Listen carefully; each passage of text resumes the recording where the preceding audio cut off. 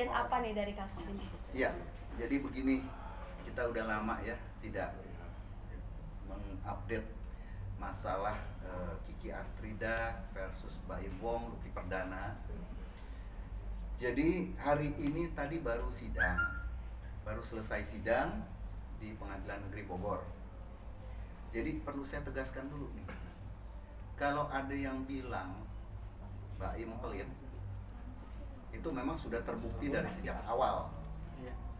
Ya, terbukti sejak awal kenapa kita tidak jadi damai. Perlu saya ungkap sekarang. Pada awalnya saya ketemu dengan pengacaranya Baim, Hotma Sitompul. Di luar dia tanya, sebenarnya berapa sih hitungannya Baim? Saya bilang dia minta 5M sesuai dengan fakta kita. Diminta sama Bunda Astrid ini 20%, berarti kan 1M. Katanya Hotma, kalau segitu ntar gue ngomong sama Baim, udah deh suruh dia bayar aja daripada perkara, dibilang gitu. Nah, jadi kita masuk di sana, Baim ngomong, ya saya kalau bayar ganti rugi artinya saya salah, katanya. Saya bilang enggak juga begitu, ini bukan pidana, ini perdata, jadi kesepakatan. Ya tapi saya nggak mau di muka pers bahwa saya bayar ganti rugi, artinya mereka akan menjudge saya salah. Jadi maunya gimana? Oke, kita damai hari ini, tapi jangan ada ganti rugi. Nanti saya akan ganti rugi. Nah, waktu itu. Kemudian Lucky juga waktu itu sempat nggak datang, terus belakangan datang dengar Baim akan berdamai, ya udah dia juga mau ganti rugi waktu itu. Nah, konsep perdamaian disusun waktu itu sama asisten lawyer juga, asistennya Hotma Sitompul. Kemudian dikasih ke asisten saya, lawyer saya. Jadi dituliskan tidak ada perdamaian uangnya, hanya perdamaian antara Baim dan Bunda Astrid. Nah, pada saat itu saya bilang, kalau memang tidak dituliskan artinya ini boleh dikasih ke wartawan. Tapi kalau dituliskan, saya tidak akan kasih wartawan, cuma statement aja, tidak ada perdamaian uangnya. Terus hakimnya sempat kaget, ya aneh ini, nggak pernah ada ganti rugi sama sekali dituliskan. Sebab apa? Ya namanya ada gugatan, berarti harus ada perdamaian uang, ganti rugi. Ya nggak apa-apa. Tapi sekarang saya tanya sama Baim waktu itu, kamu mau ganti berapa? Kita gentleman agreement dulu di sini. Kemudian Baim bilang, ya gini deh, tanda tangan dulu, baru nanti saya mau ngasih, tapi nanti. Saya bilang, kalau dulu Bunda Astrid itu merasa tertipu ya dengan janji-janjinya Baim, nah itu kesalahan masa lalu. Tapi sekarang kalau didampingi lawyer dilakukan tricky seperti ini, akhirnya belum tentu dia kasih, atau dia ganti ruginya cuma 1 juta misalnya, kan konyol. Yang goblok lawyernya, saya bilang. Gak bisa, saya bilang waktu itu. Jadi kalau mau teken, kalau nggak mau udah lanjut. Nah, padahal waktu itu Lucky itu udah bilang mau. Nah, ketika akhirnya kita break nggak jadi akan lanjut, Lucky dengar, Lucky sudah di jalan, akhirnya stop, muter balik, wah pending dulu deh, katanya. Sempat waktu itu kan, saya rasa teman-teman wartawan juga tahu, akhirnya Lucky balik badan, nggak jadi ke pengadilan, padahal dia juga mau damai, mau memberikan satu ganti rugi. Nah, selama proses ini kan kita terhenti oleh COVID-19, tapi sebelum COVID ternyata tergugat 1 Baim, tergugat 2 Lucky ternyata lawyernya nggak datang, dia cuma Baim. Dan sudah ada saksi-saksi kita, Krishna Mukti, ya kan, Talita, ya, dan ada beberapa saksi lain. Tapi dari pihak Baim tidak ada 1 saksi pun sampai tadi. Harusnya hari ini juga ada, kalau memang ada dikasih kesempatan. Kita sudah masuk ke dalam ahli, jadi keterangan ahlinya sudah diserahkan berdasarkan tulisan, dan sudah ada saksi yang melihat ahli ketika menandatangani surat pernyataan keterangan ahli. Sudah kita sampaikan hari ini. Jadi dari pihak Baim malah tidak hadir, ya. Lucky juga tidak hadir, ya. Itu. Untuk ganti rugi itu sebesar berapa sih, dan Baim ada negosiasi nggak ke Bunda, Mas, dari harga negosiasi yang jadi begini, kan kita sudah masuk gugatan proses peradilan perdata. Jadi gugatan kita sudah jelas ya waktu itu ya, ada material dan imaterial. Materialnya itu hampir sekitar 2M lah, tapi imaterialnya itu Baim 100 miliar, Lucky 50 miliar ya. Dan waktu itu Lucky sudah ada pengakuan, ada fakta kita, sudah kita lampirkan bahwa Lucky pernah mengirimkan uang 25 kali 2, 25 juta 2 kali ya. Artinya apa? Lucky sudah mengakui dia memiliki utang sama Bunda Astrid. Nah, itu sebenarnya.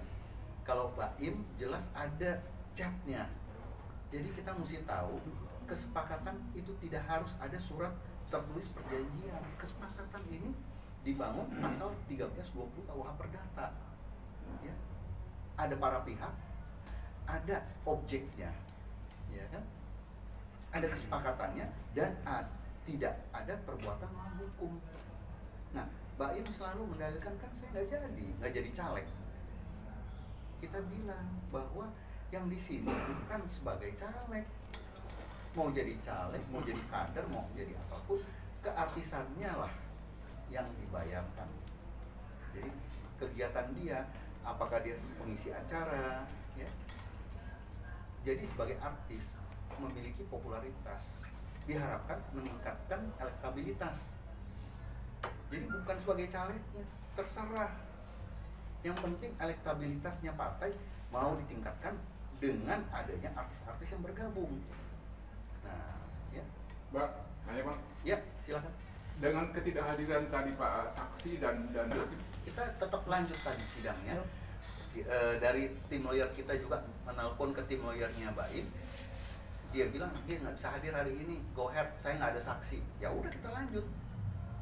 Jadi acara tetap digelar tadi sidang dengan pemeriksaan alat bukti yang tambahan yang kita ajukan, yaitu keterangan ahli dalam bentuk surat dan saksi tambahan yang menyaksikan surat tersebut ditandatangani oleh ahli. Sudah tadi.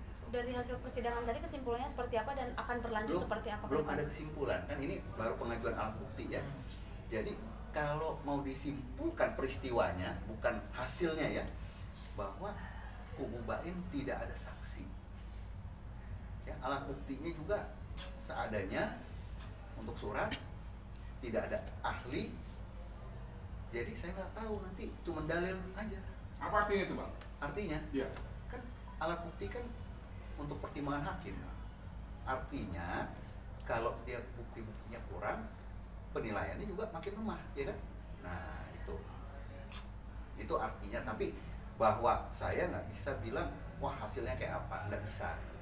Ya, itu nanti hakim yang memutuskan. Silahkan. Ya. Tapi alat bukti dia minim sampai dengan hari ini. Oke, Bang. Ya. Tadi kan ini kan artinya tidak ada kesepakatan angka ya, Bang. Tidak pernah ditemukan. Iya, makanya tidak ada kesepakatan angka, maka tidak ada perdamaian itu. Hmm. Apakah ketika Baim menyuruhkan untuk tanda tangan itu kan semacam jebakan Batman lah dalam tanda kutip seperti itu ya.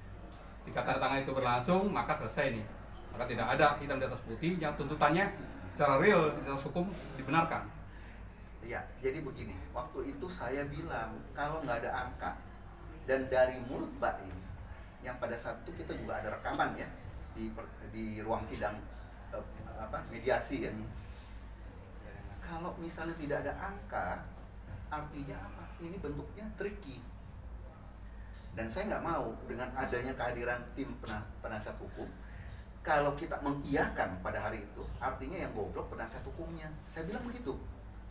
Dan ada hakim mediasinya waktu itu. Ya udah, saya bilang kalau memang nggak mau, ya sudah. Akhirnya mereka bilang, coba kami pikirkan dulu deh. Nah, sempat sudah dinasihatin juga, Baim jangan begini. Nah, saya nggak ngerti ya. Dia bilang, Baim sendiri dari mulutnya saya dengar, saya mau tapi teken dulu. Lah, nanti kalau dia tiba-tiba sudah kita teken, ya 1 juta dah keikhlasan saya. Kan konyol.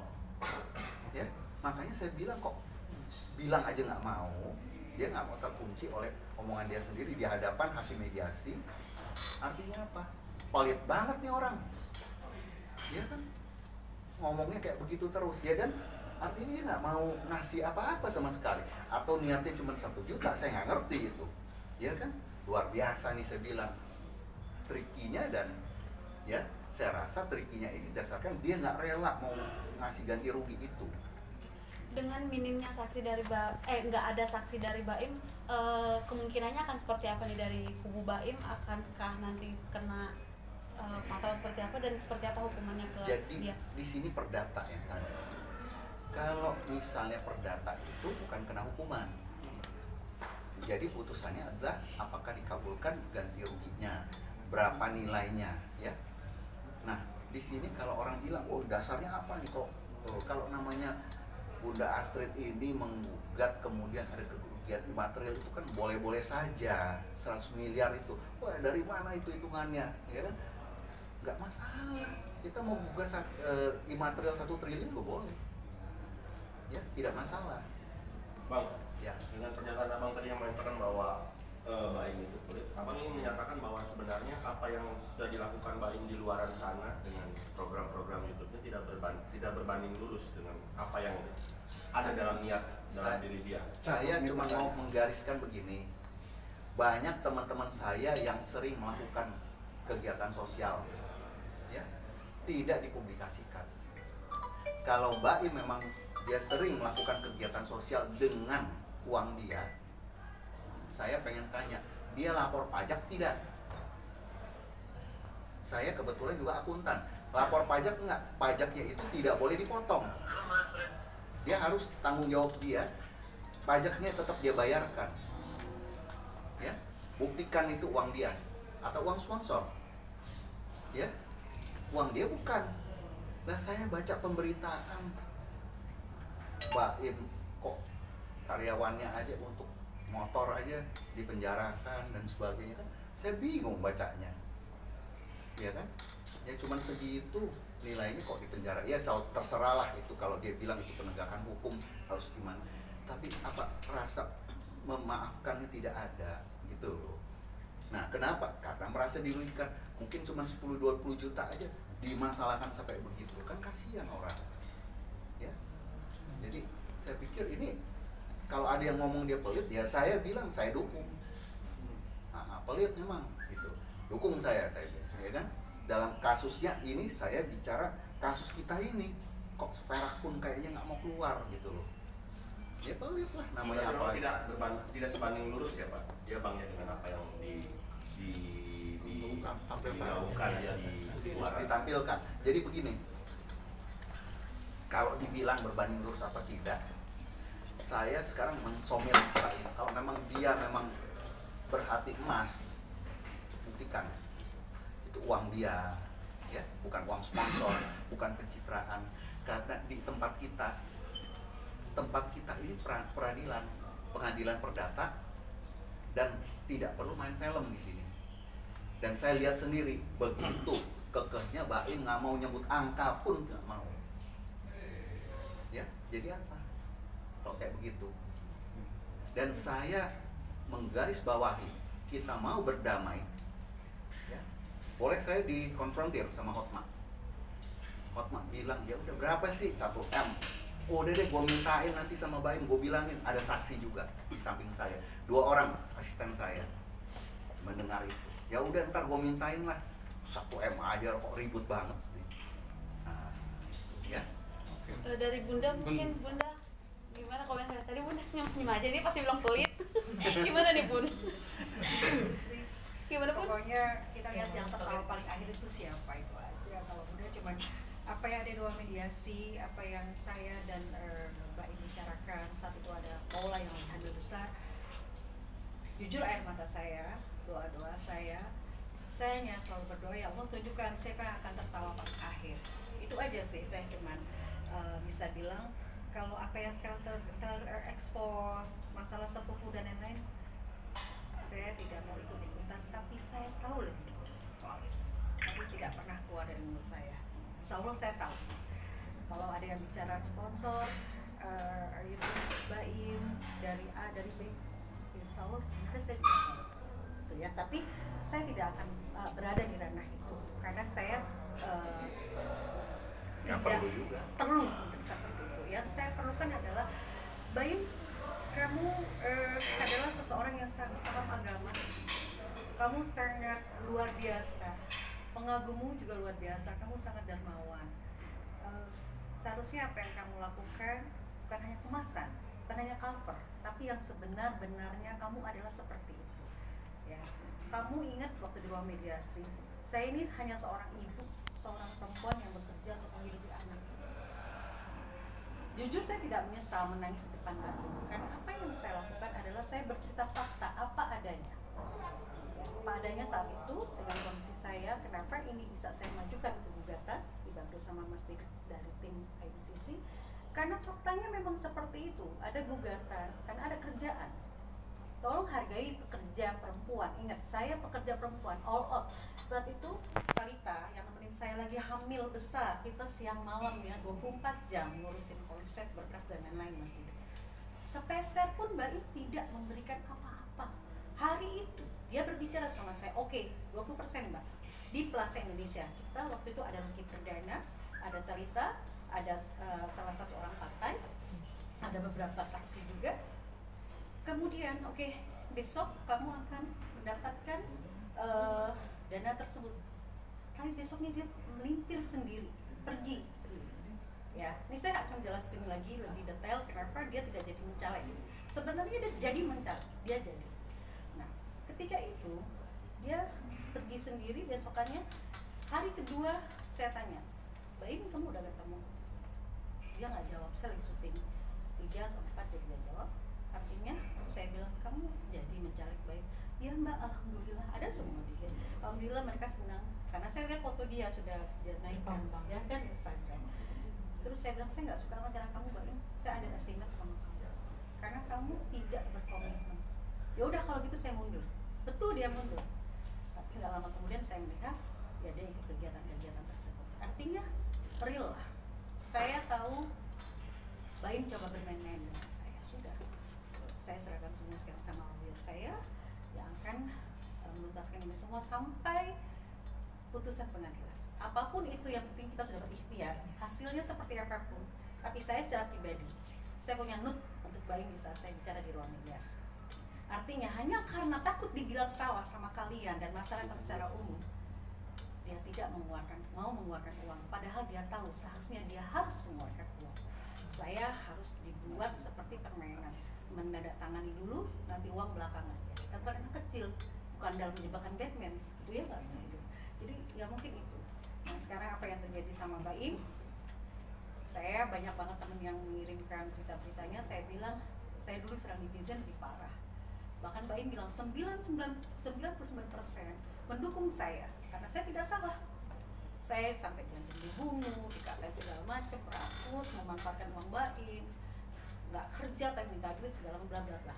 Saya seorang perempuan, saya hanya bisa menangis. Sampai lawyer saya, kamu nggak usah nangis, sampai marah ya pasti, jangan nangis. Saya perempuan loh, saya nggak kuat, gitu loh. Tapi sekarang begitu saya melihat Baim dengan berita Baim dihujat oleh netizen, saya cuma bilang segala peristiwa atas izin Allah dan segala sesuatu kita lihat saya akan tertawa paling akhir, cuma itu gitu loh. Saya nggak bisa bilang saya ini benar, Baim salah atau sebaliknya, atau saya cuma bilang semesta dan Allah semua segala sesuatu pada akhirnya akan menjawab. Jadilah orang baik saja dengan sebaik-baiknya, benar yang baik, bukan hanya looks, bukan hanya kemasan, tapi seluruh kebaikan harus ada dari diri kita, pikiran kita, hati kita, non cover gitu loh. Jadi saya sekarang melihat bahwa ya akan terlihat. Makanya saya sekarang bilang ya kita lihat aja nanti. Tapi dari awal mulainya ada kasus ini pun sampai akhir ini melihat gak sih ada itikat baik atau enggak dari baik? Karena dia selalu merasa benar. Dari awal dia selalu merasa benar, jadi nggak pernah. Kalau dia masih ada ya. Itikat baiknya Emang Baim enggak? itu kan sebenarnya abu-abu Emang enggak? ya.